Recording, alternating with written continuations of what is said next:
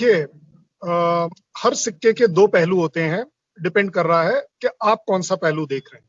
इसमें कोई डाउट नहीं, चाइनीज जमीन पर हैं।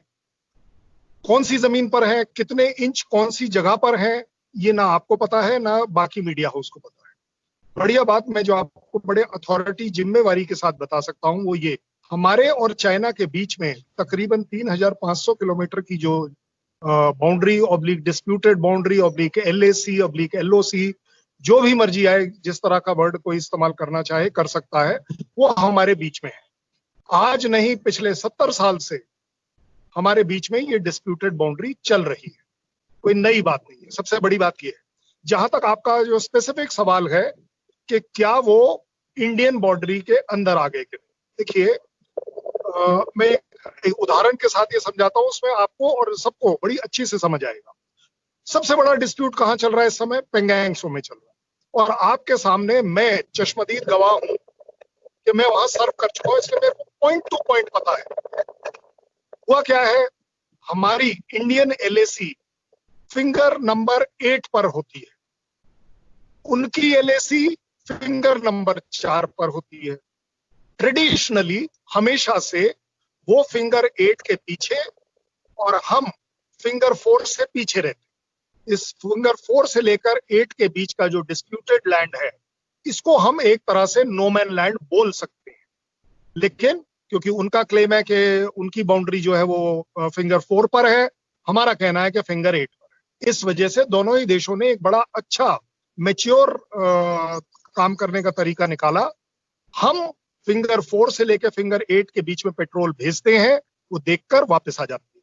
वो अपनी फिंगर 8 से पेट्रोल भेजते हैं, फिंगर 4 तक आती है और वापस चली जाती है। दोनों सेटिस्फाइड है कि हाँ जी, किसी ने कोई अनऑथराइज्ड ऑक्यूपेशन नहीं किया होगा। इस बार जब उन्होंने अपनी पेट्रोल भेजी है, वो फिंगर 5 के पास आकर बैठ गई, और जब हमारे ट्रुप्स ने उनको देखा तो हमारे ट्रुप्स ने, जैसा कि ड्रिल्स है, ये पाकिस्तान के साथ भी ड्रिल है, हर एक कंट्री के साथ ड्रिल होती है कि आप एक लाल झंडा लगाकर दूसरे देश के पेट्रोल को बताते हैं कि आप गलत एरिया में आ गए हैं, आप वापस चले जाएं।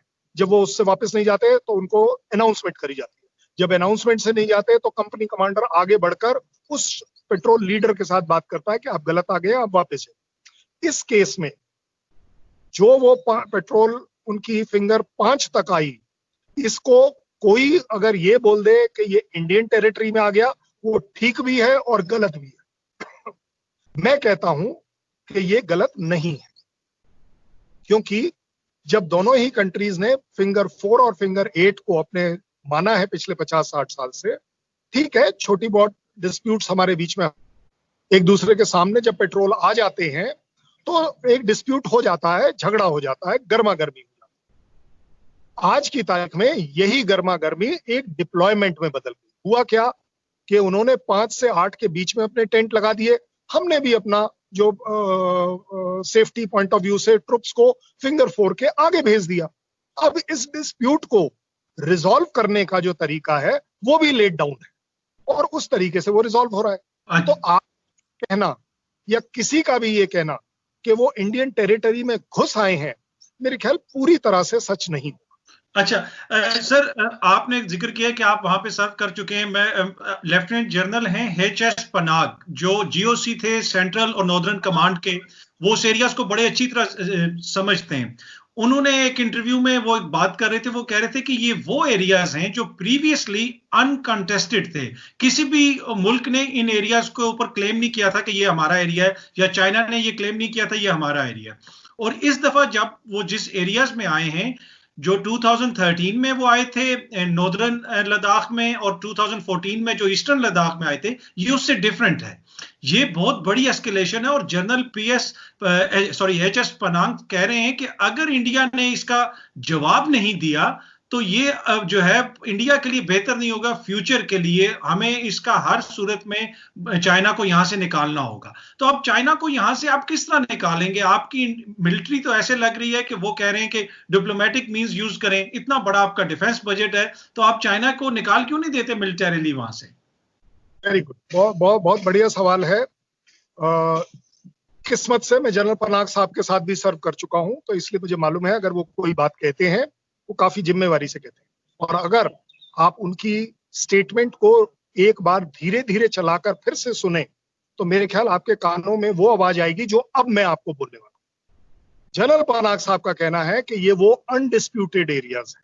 अनडिस्प्यूटेड इन द सेंस कि फिंगर 4 तक वो डिप्लॉय नहीं करते थे 8 से लेके 4 के बीच में, और हम 4 से लेके 8 के बीच में डिप्लॉय नहीं करते, अनडिस्प्यूटेड था।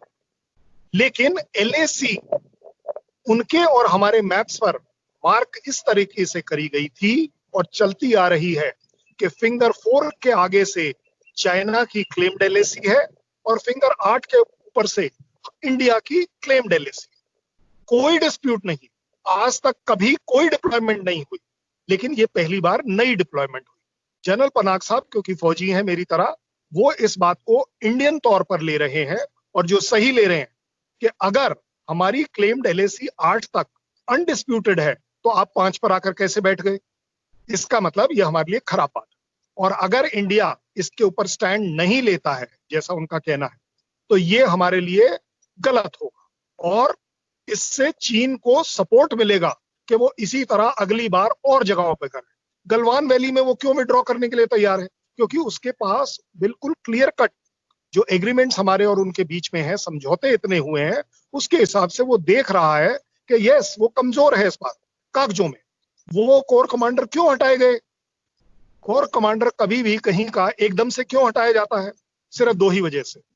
ये वर्ल्ड ओवर ट्रेंड आप देख लीजिएगा कि अगर वो कोर कमांडर अपने इलाके से रिलेटेड, अपनी जिम्मेवारी से रिलेटेड कोई चीज ऐसी कर दे कि उससे उसकी कंट्री या उसकी गवर्नमेंट को एम्बैरेसमेंट हो जाती है, उसे हटा दिया जाता है। चाइना ने हटा दिया। कहीं ना कहीं चाइना ये एक्नॉलेज कर रहा है कि यस कहीं टैक्टिकल लेवल पर छोटी मोटी गलतियां हुई हैं जिसको सुधारने के लिए वो तैयार है। लेकिन अब अगर ड्रैगन अगर कोई कदम लेता है तो वो वर्ल्ड में ये तो दिखाना कभी नहीं चाहेगा कि जी आज मैंने लिया कल सवेरे मैंने वापस, तो वो जरूर चाहेगा कि इसके बीच में डिप्लोमेसी आ जाए। और इंडिया हमेशा से विश्वास करता आया है कि प्रॉब्लम्स का जवाब सॉल्यूशन मिलिट्री नहीं होता, मिलिटरीली सॉल्यूशंस छोटे होते हैं। बड़े लेवल पर, बड़े इलाके में, स्ट्रेटेजिक लेवल पर सॉल्यूशंस हमेशा डिप्लोमेटिक और पॉलिटिकल होंगे। बॉर्डर मैनेजमेंट की जो कमेटी हमारे दोनों कंट्रीज के बीच में है वो इस बात का प्रूफ है कि हम कभी भी इसका मिलिट्री सॉल्यूशन नहीं ढूंढ रहे हैं।